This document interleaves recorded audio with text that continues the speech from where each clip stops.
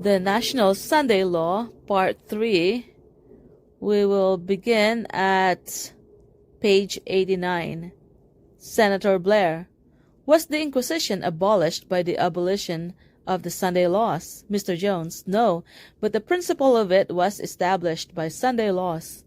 Then, if the Inquisition was established by the Sunday laws, how was it abolished by the abolition of the Sabbath?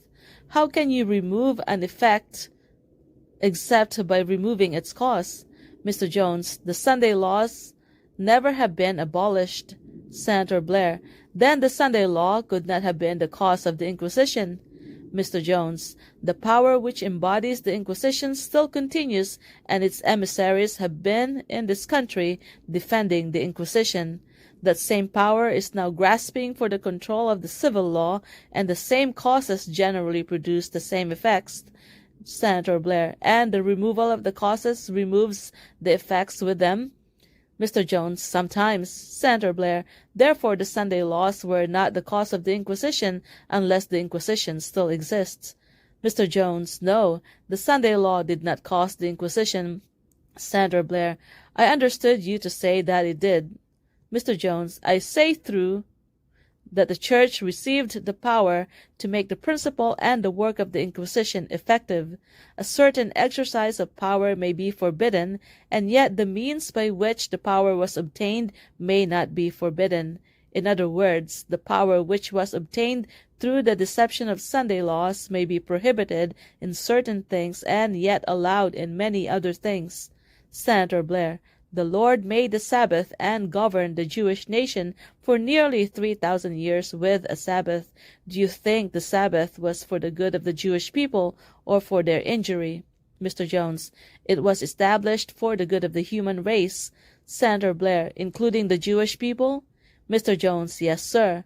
Senator Blair. It was established as a part of civil administration. Mr. Jones. But the Church and the state were one. Senator Blair. Therefore, what we call the civil administration was included in that theocracy. Mr. Jones. The Church and the state were one. They were united, and it was a theocracy. Senator Blair. If the administration of the Sabbath during these 3,000 years at least was for the good of the Jews and the human race, why will not the Sabbath be good for the Jews and the human race since the time of Christ as well as before? Mr. Jones. It is for the good of the human race. Senator Blair. The civil law must administrate it.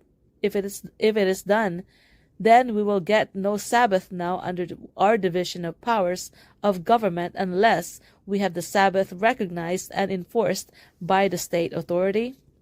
Mr. Jones. Certainly we have a Sabbath. Senator Blair. Your proposition is to strike out the Sabbath from the constitution and condition of society in these modern times? Mr. Jones. No, sir. Senator Blair. Certainly so far as its existence and enactment and enforcement by law are concerned. Mr. Jones. Yes, by civil law. Senator Blair. It was enforced in what we call the civil conduct of men under the theocratic form of government for at least 3,000 years. Mr. Jones. Certainly. Senator Blair. Now the observance of the Sabbath depends upon a compulsory observance of the law. Mr. Jones. Not at all. Senator Blair. It required the law of God which he enforced by death, by stoning men to death when they violated it, and we have the Sabbath day only by virtue of what we call the civil law, which is equally a part of God's law. Mr. Jones. That government was not organized specially to enforce the Sabbath. Senator Blair. They stoned men to death who violated the law. Mr. Jones. Certainly, and likewise for the transgression of the other commandments. Senator Blair. God enforced it, in other words, by human means. Mr. Jones. Certainly. My answer to all that is that was a theocracy, a union of church and state. The church was the state, and the state was the church. Senator Blair. You say now that there is no state to enforce it. Mr. Jones. I say that no government can enforce the Sabbath or those things which pertain to God except a theocratic government, a union of church and state.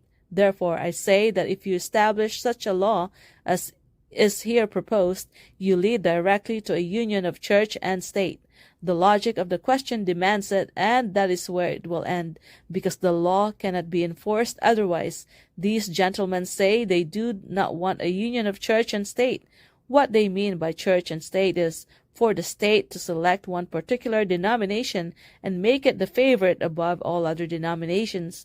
That is a union of church and state according to their idea, but a union of church and state was formed by Constantine when he recognized Christianity as the religion of the Roman Empire. Everybody knows that was what a union of church and state, and that it ended in the papacy. A union of church and state is where the ecclesiastical power controls the civil power and uses the civil power in its own interests. That is where this movement will end, and that is one of the reasons why we oppose it. Senator Blair, you say the church and state separated shall not do those proper things which the church and state always did when united in the theocracy? No, sir. Mr. Jones. Senator Blair, then why do you say that the state, Mr. Jones? I did not mean to deny your proposition. I think the way you intended, I mean, yes, because I certainly do say that the church and state separated shall do those proper things which were done when they were united in the theocracy. Senator Blair, if in this division of the powers of government into church and state, you exclude from the powers of the church the establishment and enforcement and regulation of the Sabbath, why do you not necessarily, if the Sabbath is a good thing, pass it over to the control of the state? Mr. Jones, because if the church will not recognize it and preserve it, the state cannot compel people to do it. The state that attempts it is bound to fail.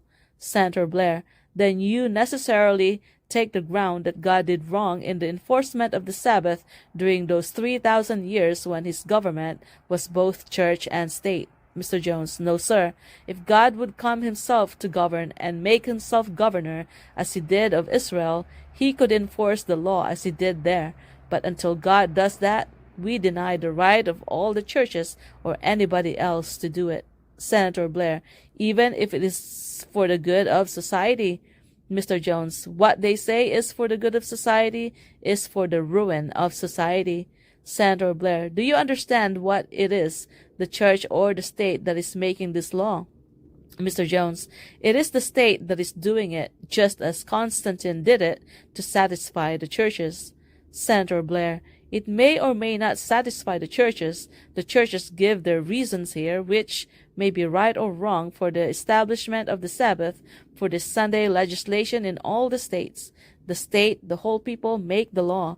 You say that the whole people shall not make a good law because the churches ask for it. Mr. Jones, I say the whole people shall not make a bad law, even though the churches do demand it.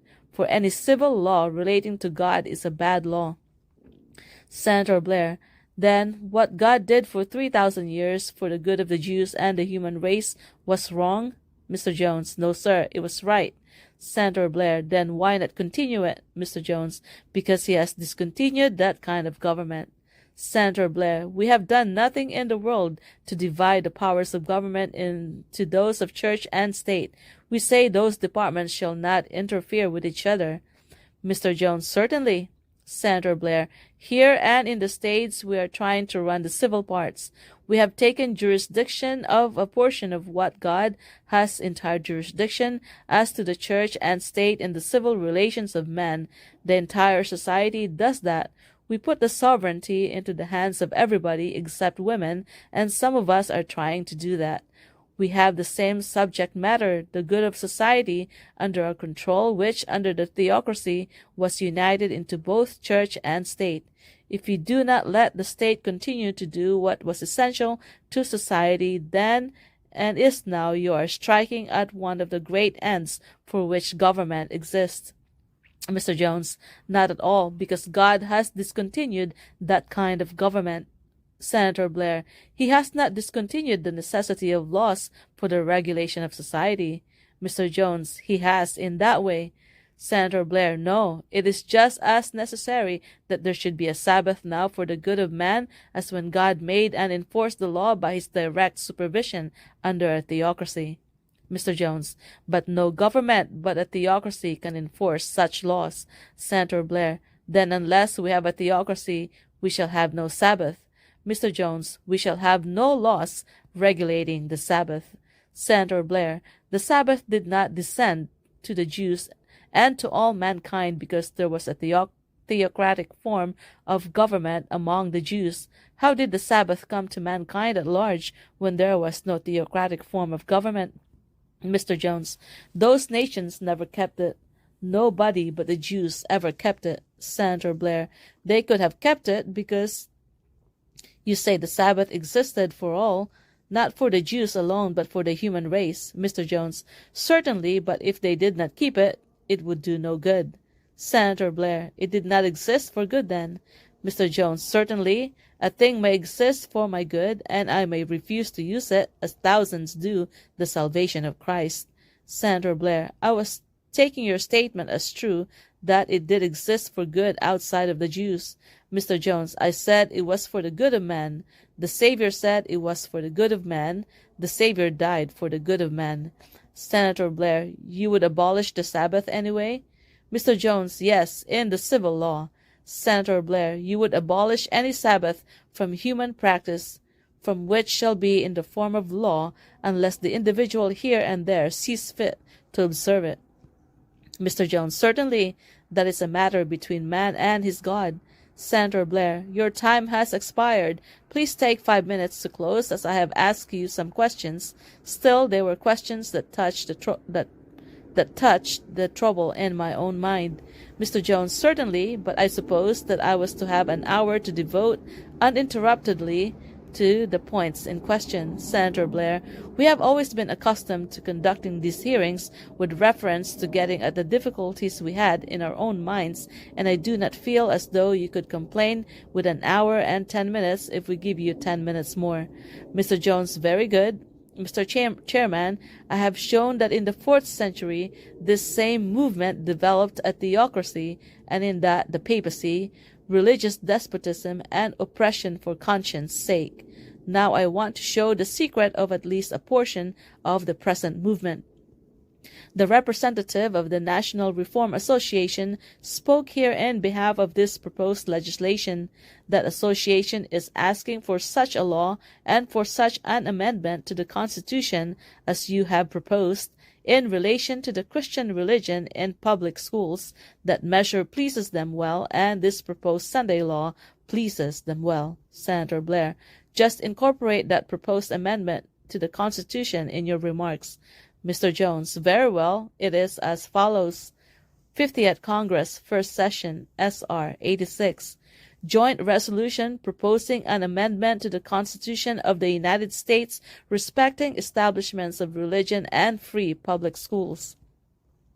Resolved by the Senate and House of Representatives of the United States of America in Congress assembled 2/3 of each house concurring therein, that the following amendment to the Constitution of the United States be and hereby is proposed to the states to become valid when ratified by the legislatures of 3/4 of the states as provided in the Constitution. Article, Section 1. No state shall ever make or maintain any law respecting an establishment of religion or prohibiting the free exercise thereof. Section 2.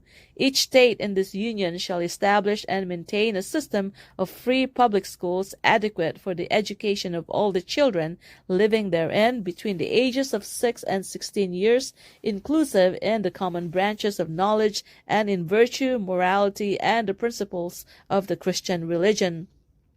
But no money raised by taxation is imposed by law, or any money or other property or credit belonging to any municipal organization or to any state or to the United States shall ever be appropriated, applied, or given to the use or purposes of any school, institution, corporation, or person whereby instructing or training shall be given in the doctrines, tenets, beliefs, ceremonials, or observances peculiar to any sect, denomination, organization, or society, being or claiming to be religious in its character, nor shall such peculiar doctrines, tenets, beliefs, ceremonials, or observances be taught or inculcated in the free public schools.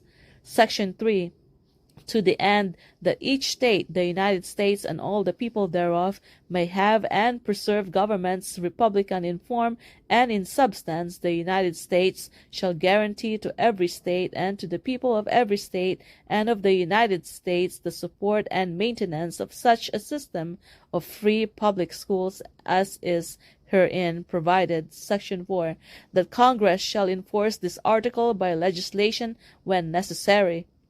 What then do these men propose to do with the civil power when they can use it? The Christian Statesman is the organ of that association, and in its issue of October 2, 1884 said, "Give all men to understand that this is a Christian nation, and that believing that without Christianity we perish, we must maintain by all means our Christian character, inscribe this character in our Constitution, enforce upon all who come among us the laws of Christian morality."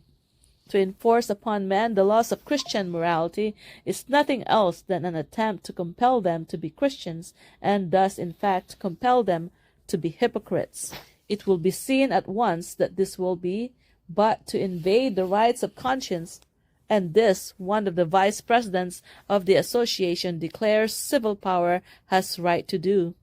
Reverend David Gregg, D.D., now pastor of Park Street Church, Boston, a vice president of the National Reform Association, plainly declared in the Christian Statesman of June 5, 1884, that the civil power has the right to command the consciences of men. Reverend M.A. Galt, a district secretary and a leading worker of the association, says, "Our remedy for all these malefic influences is to have the government simply set up the moral law and recognize God's authority behind it, and lay its hand on any religion that does not conform to it. When they have the government lay its hand on dissenters, what will they have it do?" Reverend E.B. Graham, also a vice president of the association, in an address delivered at York, Nebraska, and reported in the Christian Statesman of May 21, 1885, said, "We might add in all justice, if the opponents of the Bible do not like our government and its Christian features, let them go to some wild, desolate land, and in the name of the devil, and for the sake of the devil, subdue it, and set up a government of their own on infidel and atheistic ideas, and then, if they can stand it, stay there till they die." That is what they propose to do, and that is worse than Russia.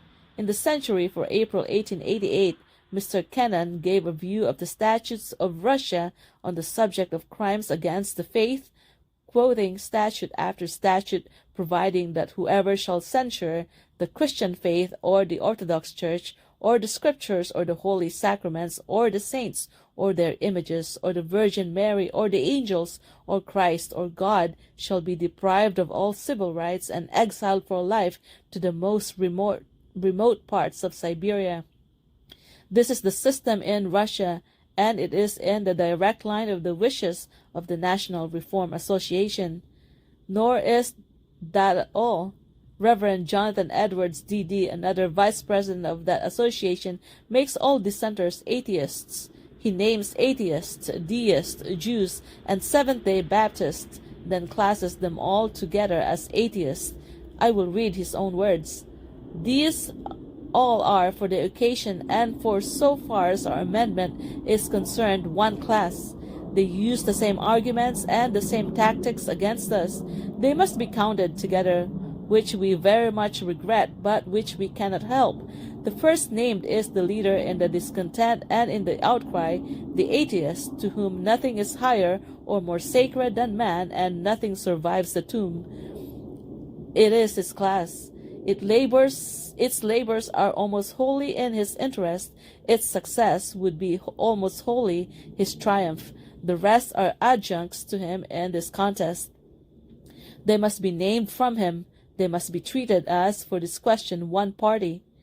They class us as atheists and are going to condemn us alike, and you are and you are asked to give them the power.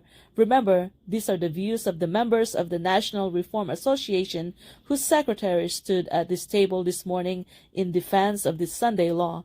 These extracts show that his ideas are and what his ideas are and how he would use them.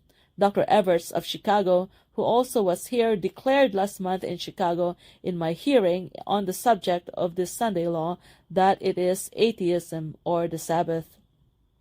Mr. Edwards continues, "What are the rights of the atheist?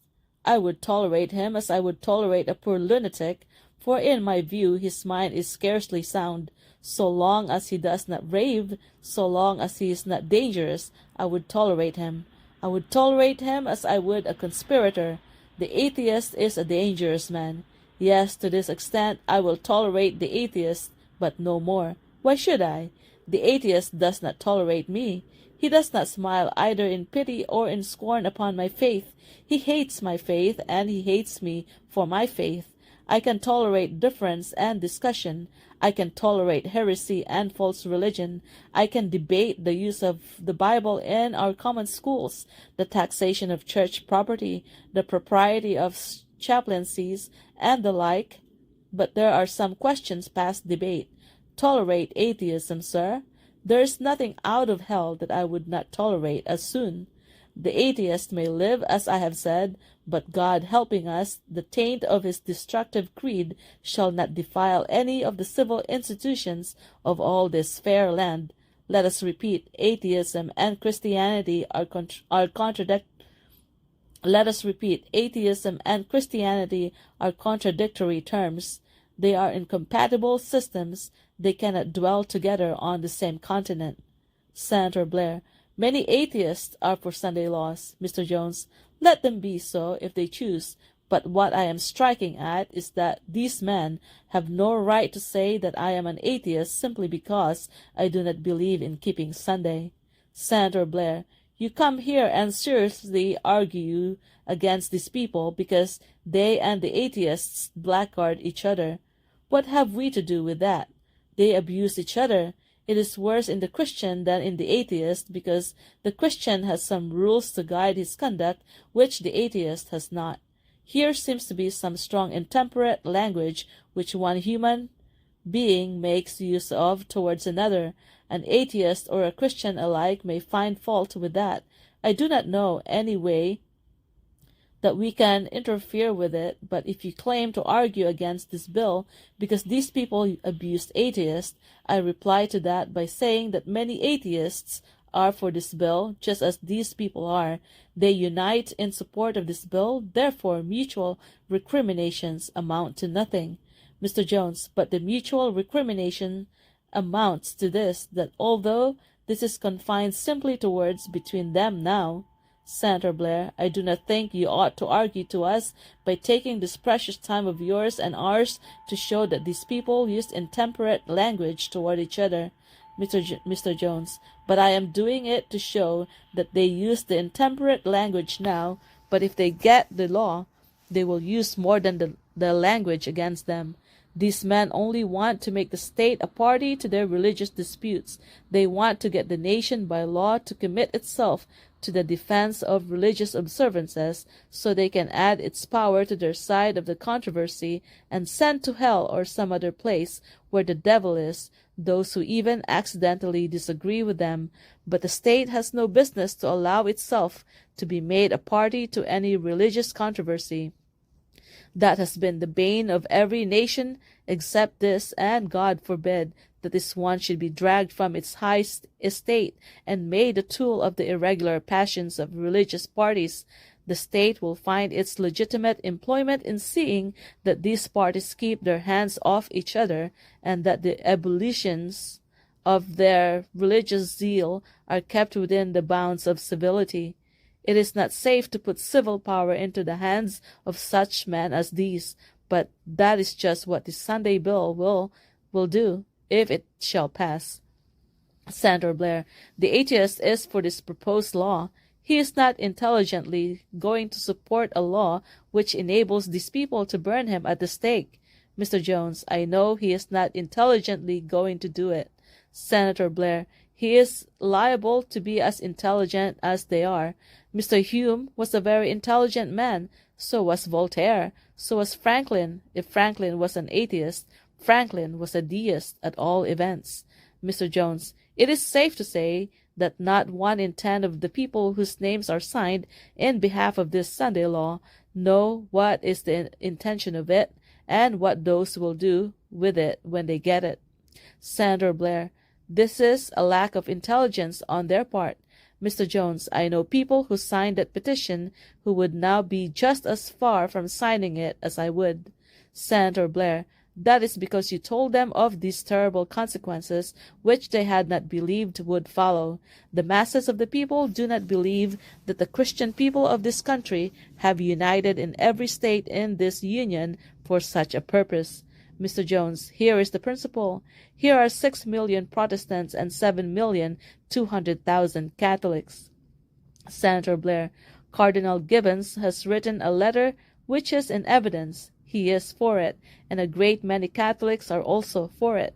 But it does not follow that those Catholics are for it simply because Cardinal Gibbons wrote that letter. They were for it because Cardinal Gibbons wrote the letter. You must remember that the Catholics in this country are intelligent as well as we. Some of them are ignorant, some of us are ignorant. Mr. Jones, but here is the point.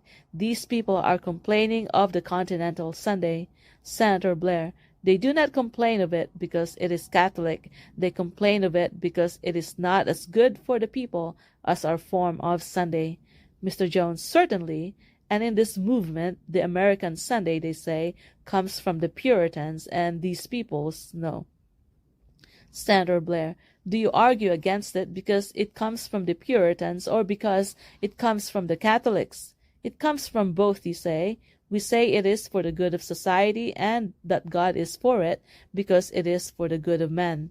Mr. Jones, but let me state the point that I am making. I think everybody knows that it is perfectly consistent with the Catholic keeping of Sunday for the Catholic to go to church in the morning Unknown caller. and to the pleasure resort if he chooses in the afternoon. These men stand here in convention and cry out against the Continental Sunday and against its introduction here. Everybody knows that the Continental Sunday is the Roman Catholic Sunday. Yet these men, while denouncing the Continental Sunday, joins hands with the Roman Catholics to secure this Sunday law.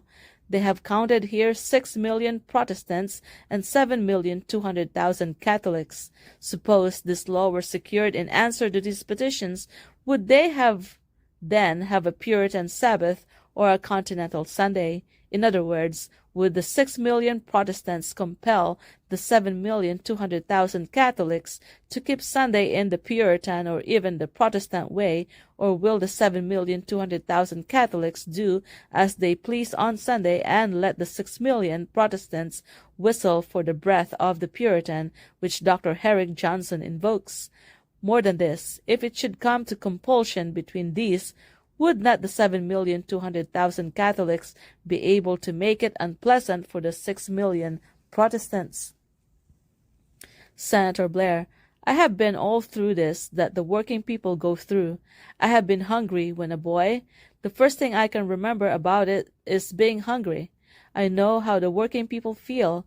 I have tugged along through the week and been tired out Saturday night, and I have been where I would have been compelled to work to the next Monday morning if there had been no law against it. I would not have had any chance to get the 24 hours of rest if the Sunday law had not been given it to me. It was a civil law under which I got it. The masses of the working people in this country would never get that 24 hours rest if there had not been a law of the land that gave it to us. There is that practical fact, and we are fighting with that state of things. The tired and hungry men, women, and children all over this country want a chance to lie down and rest for 24 hours out of the whole 7 days. Mr. Jones, so have I been through this that the working people go through. I have carried the hod by the day. I have swung the hammer and shoved the plane by the day. I am a working man now just as much as I ever was, though not in precisely the same way, and I say to you that I never was robbed of that 24 hours rest, nor are there so many compelled to lose it as these Sunday law advocates try to make out. Dr. Kraft said last night over in that convention that he had communication with people in every nation but two, and in the world around he could not find a man who had financially lost by refusing to work on Sunday, but many have gained by the conscientious sacrifice. Much testimony was borne in the Chicago Convention last month to the same effect in this country, and in the convention now in session in this city, the Honorable Mr. Dingley, member of Congress from Maine, said last night that the American working men are indifferent to the efforts which are put forth in this direction. Senator Blair: he is wrong about it. Mr. Dingley didn't know what he was talking about when he said that. Mr. Jones: he said he had investigated the matter. Senator Blair: I have investigated it, and I say that Mr. Dingley was simply laboring under a misapprehension. Mr. Jones: Dr. Kraft said this morning that he talked 2 hours with a convention of laboring men at Indianapolis, answering their questions until at the end of 2 hours they endorsed this movement. If they are crying for it, if they are fairly tearing their hair for it, how can it be possible that he had to talk 2 hours to persuade them that it was all right? Senator Blair: take this statement in full if you take it all. He says they are crying for it. Mr. Jones: then why was it necessary to talk to them for 2 hours? Senator Blair: then you simply say he did not tell the truth? You discredit the witness? Mr. Jones: I do. Senator Blair: you say perhaps he did not tell the truth, that is all. I think he was right. Mr. Jones: but the two things do not hitch together properly. If they are calling for it so loudly, certainly it ought not to require 2 hours to convert them. The fact is that the laboring men are not calling for it. Great effort is being made to have it appear so, but the Knights of Labor never took any such step except at the solicitation of Dr. Kraft's. This bill had scarcely been introduced as last spring before Dr. Kraft's made a trip to Chicago and other cities soliciting the endorsement of the Knights of Labor. Instead of their petitioning for the Sunday law, they have first been petitioned to petition for it. The object of it had to be explained and objections answered before they could even be brought to support it. The object of the petition for this bill was explained by Dr. Crafts to the Central Labor Union of New York and its endorsement secured. The Central Labor Union embraces a number of labor organizations, and the Christian Union declares the Central Labor Union to be a radically socialistic organization. This in itself would not be particularly significant were it not for the fact that the arguments which Dr. Crafts presents to these organizations to gain their support are entirely socialistic, nor are these confined to Dr. Crafts. Other leaders of the movement also advocate the same principles. Dr. Crafts went to the General Assembly of the Knights of Labor at Indianapolis last month to get the delegates there to endorse the petition for the passage of the Sunday bill. He has referred to this in his speech here this forenoon, and has made a portion of his speech to them and to the locomotive engineers a part of his speech here. A report of his speech at Indianapolis was printed in the Journal of United Labor, the official journal of the Knights of Labor of America, Thursday, November 29, 1888. He said to them there, "Having carefully read and reread your Declaration of Principles and your Constitution, and having watched with interest the brave yet conservative shots of your powderly at intemperance and other great evils, I have found myself so closely in accord with you that I have almost decided to become a Knight of Labor myself. If I do not, it will be only because I believe I can advance your principles better as an outside ally." The following question was asked by one of the Knights: "Would it not be the best way to stop Sunday trains to have the government own and control the railroads altogether?" asked the Knight's advocate. Dr. Crafts answered, "I believe in that. Perhaps the best way to begin the discussion of government control for 7 days per week is to discuss this bill for government control as one day. If the railroads refuse the little we now ask, the people will be the more ready to take control altogether. The Knights of Labor advocate the doctrine that the government shall take control of all the railroads in the country and hire the idle men in the country at regular railroad wages and run the roads as it now runs the post office department, without reference to the question whether anything is made or lost by the government. This is what gave rise to the above question. Dr. Crafts proposes to play into their hands by making the bid for their support that if they will help the Sunday law workers get government control of the railroads one day in the week, then the Sunday law workers will help the Knights to get government control every day in the week. Another question that was discussed both here and at the Convention of Locomotive Engineers at Richmond, Virginia was the following. Will not 1 day's less work per week mean 1/7 less wages? The response to this was as follows. As much railroad work as is done in 7 days can be done in 6 days and done better because of the better condition of the men, and on this ground the engineers would be sustained in demanding and, if necessary, compelling the railroad company to so readjust the pay schedule that the men will be paid as much as at present. That is to say, Dr. Crafts and the Sunday law workers propose to stand in with the labor men to compel employers to pay 7 days' wages for 6 days' work. This is made certain by the following petition to the state legislatures, which is being circulated everywhere with the petition for this bill. I got this at the Chicago Convention. Dr. Crafts distributed the petitions by the quantity there, and he is doing the same at the convention now in this city. To the state Senate or House, the undersigned earnestly petition your honorable body to pass a bill forbidding anyone to hire another or to be hired for more than 6 days in any week except in domestic service and the care of the sick, in order that those whom law or custom permits to work on Sunday may be protected in their right to some other weekly rest day and in their right to a week's wages for 6 days' work. Now a week consists of 7 days. A week's wages for 6 days' work is 7 days' wages for 6 days' work. This petition asks the legislatures of all the states to pass a law protecting employees in their right to 7 days' wages for 6 days' work. No man in this world has any right to 7 days' wages for 6 days' work.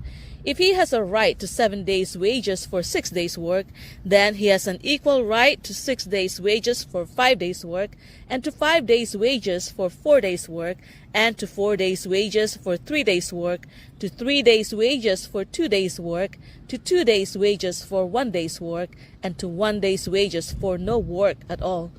This is precisely what the proposition amounts to, for in proposing to pay 7 days' wages for 6 days' work, it does propose to pay 1 day's wages for no work.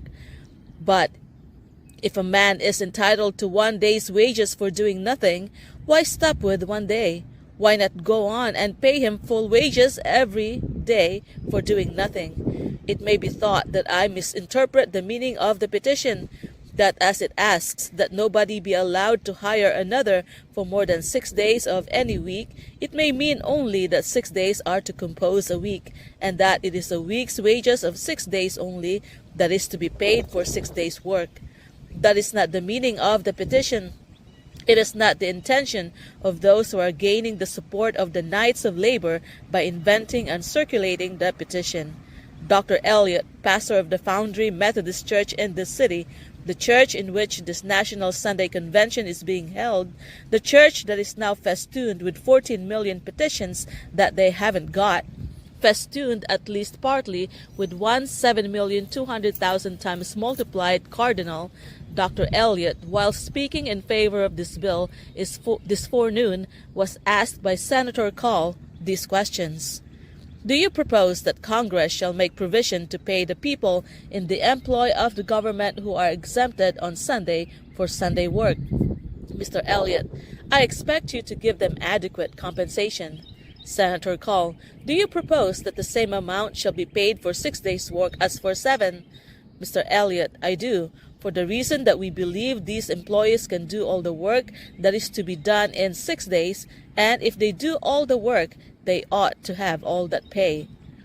There it is in plain, unmistakable words that they deliberately propose to have laws, state and national, which shall compel employers to pay 7 days' wages for 6 days' work. This is sheer socialism. It is the very essence of socialism.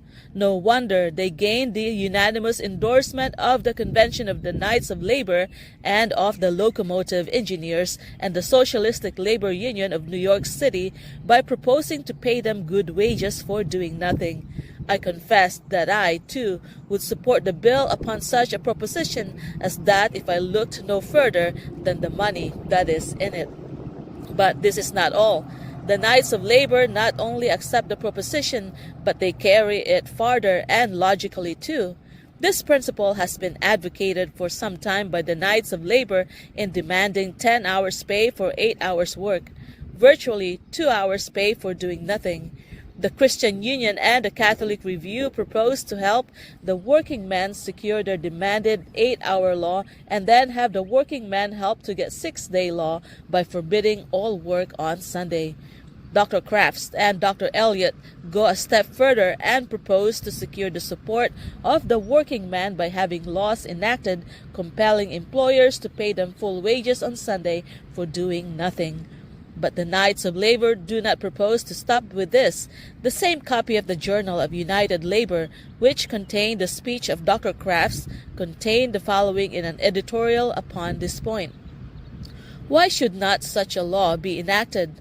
All the work now performed each week could easily be accomplished in 5 days of 8 hours each if employment were given to the host of willing idle men who are now walking the streets. It is a crime to force one portion of a community to kill themselves by overwork, while another portion of the same people are suffering from privation and hunger with no opportunity to labor. The speech of the Reverend Mr. Crafts, published elsewhere, furnishes an abundance of argument as to why such a law should be put in force. So when the Sunday law advocates propose to pay a week's wages for 6 days' work of 8 hours each, because all the work can be done in 6 days that is now done in 7, then the Knights of Labor propose to have a week's wages for 5 days' work because by employing all the idle men, all the work that is now done in 7 days can be done in 5. And as Dr. Elliott has said, if they do all the work, they ought to have all the pay. But if a week's wages are to be paid for 5 days' work of 8 hours each, that is to say, if 2 days' wages can rightly be paid for no work at all, why should the thing be stopped there? If the government is to take control of the railroads all the time in order to pay 2 days' wages for doing nothing, and if the states are to enact laws compelling employers to pay employees 2 days' wages for doing nothing, then why shall not the government, both state and national, take possession of everything and pay the laboring men full wages all the time for doing nothing? For if men have the right to 1 day's wages for no work, where is the limit to the exercise of that right? The fact of the matter is that there is no limit. If a man is entitled to wages for doing nothing part of the time, he is entitled to wages for doing nothing all the time. And the principle upon which Dr. Crafts and his other Sunday law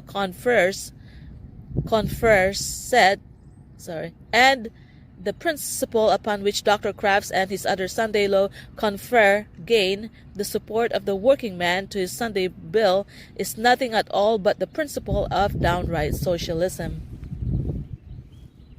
There is a point right here that is worthy of the serious consideration of the working men.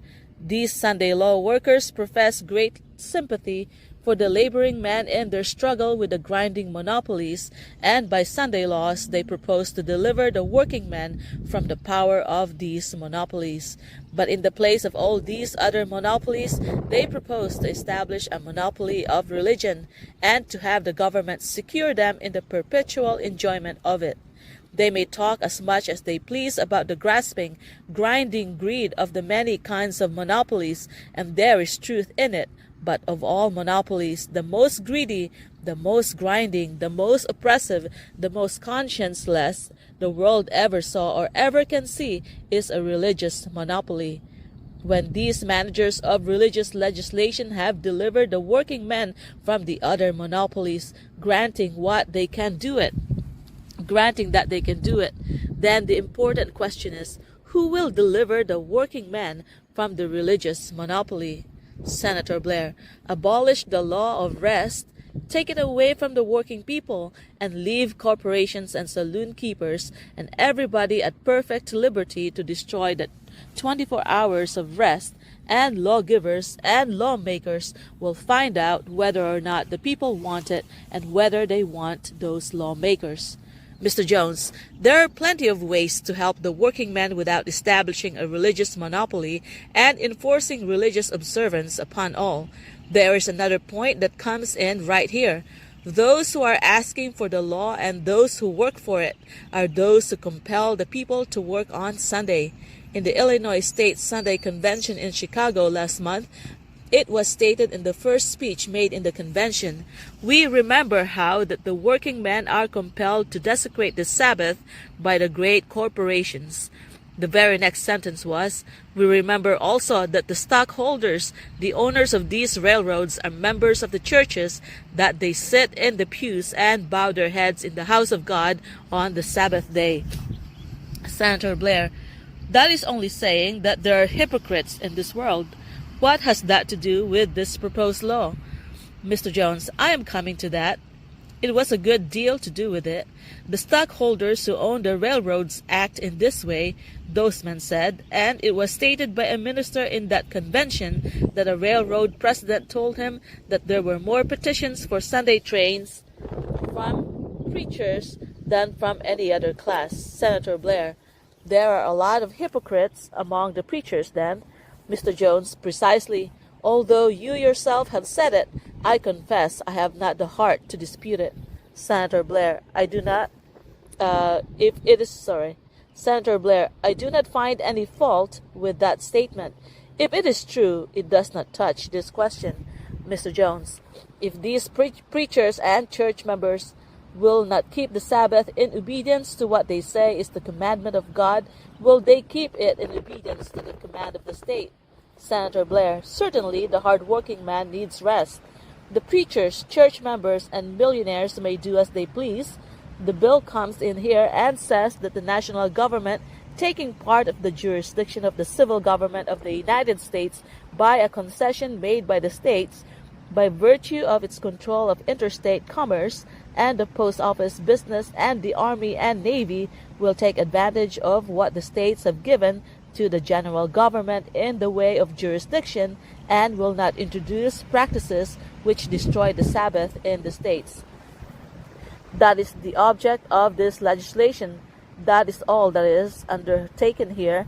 It is simply an act proposing to make efficient the Sunday rest laws of the state and nothing else.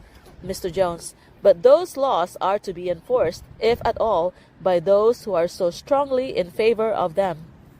Senator Blair, no, by the state. If these people were in favor of them or not in favor of them or violated them, that is another thing. A man may be for a law which he violates. A great many of the strongest temperance people in the world use intoxicating liquors. They say that they realize the evil and that they are in favor of the enactment of law which will extirpate those evils. The strongest advocates I have ever seen of temperance legislation are men who have come to realize that the grave is just ahead of them. They cannot get rid of the appetite, but they pray the government for legislation that will save the boys. Mr. Jones, that is all right. I am in favor of prohibition straight, but not Sunday prohibition. Senator Blair, you cannot adduce a man's practice as a reply to the argument on a question that touches the public good. It does not vitiate a man's principle because he fails to live up to it himself. Mr. Jones, but the secret of the whole matter is this. As an argument for the Sunday law, these men assert that the great railroad corporations desecrate the Sabbath, and by persistently running Sunday trains, also compel the railroad men to work and to desecrate the day. They at the same time assert that the men who own the railroads belong to the churches. If then the railroads compel their men to desecrate the day, and the owners of the railroads are church members, then who is it but the church members that are compelling people to desecrate the day? Further than this, they quoted at Chicago the statement of a railroad president that the roads get more requests for Sunday trains signed by the preachers than they do from other people. But as the church members own the railroads and the preachers request them to run Sunday trains, then who is to blame for the desecration of the day but the preachers and their own church members? Can't the preachers stop asking for Sunday trains without being compelled to do so by the civil law?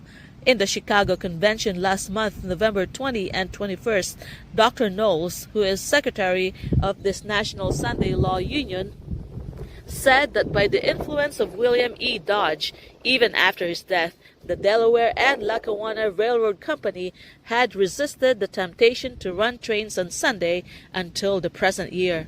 But 500 ministers met in the conference in New York and used competing lines on Sunday, and by this the hands of the Sunday Observance Committee have been tied ever since. After that, when the Delaware and Lackawanna directors were asked not to run Sunday trains, they replied, "How can you come to us pleading for us to run no trains on Sunday when your preachers by the hundreds on Sunday use our rival lines which do run on Sunday? If your preachers ride on Sunday trains on other roads, we cannot see why they and other people cannot ride on our trains on Sunday. And if it is all right for these other roads to run trains on Sunday, and certainly ministers of the gospel would not ride on them if it were wrong, then we cannot see how it can be such a great wrong for us to run Sunday trains." That is a very proper answer. No wonder the Sunday Committee's hands are tied by it, and yet the very conference of 500 preachers assembled in New York last summer took the first decided step toward the organization of the National Sunday Association, of which Dr. Knowles himself is secretary. By these facts, there is presented the following condition of things. 1. Church members own the railroads. 2. Preachers sign requests for Sunday trains. 3. The church members grant the request of the preachers for Sunday trains, and the preachers ride on the Sunday trains, and other church members go on Sunday excursions. 4. When the whole company, preachers and church members, together petition Congress and the state legislatures to make a law stopping all Sunday trains, that is to say, they want the legislatures, state and national, to compel their own railroad-owning church members not to grant the request of the preachers for Sunday trains. In other words, they want the civil power to compel them all, preachers and church members, to act as they all say that Christians ought to act. And they insist upon quoting all the time the commandment of God, "Remember the Sabbath day to keep it holy." But if they will not obey the commandment of God, which they themselves acknowledge and quote, what assurance have we that they will obey the law of Congress or state legislature when they get it, especially as it will rest entirely with themselves to see that the law is enforced? Will they compel themselves by civil law to do what they themselves will not otherwise do? The sum of this whole matter is that they want the civil power to enforce church discipline, and that not only upon themselves, but upon everybody else. The whole system and all the pretensions upon which this Sunday law is demanded are crooked. As to the enforcement of the law, it will fall to those who are working to get it, because certainly those who do not want it will not enforce it, and the officers of the law are not given to the enforcement of laws which are not supported by public opinion.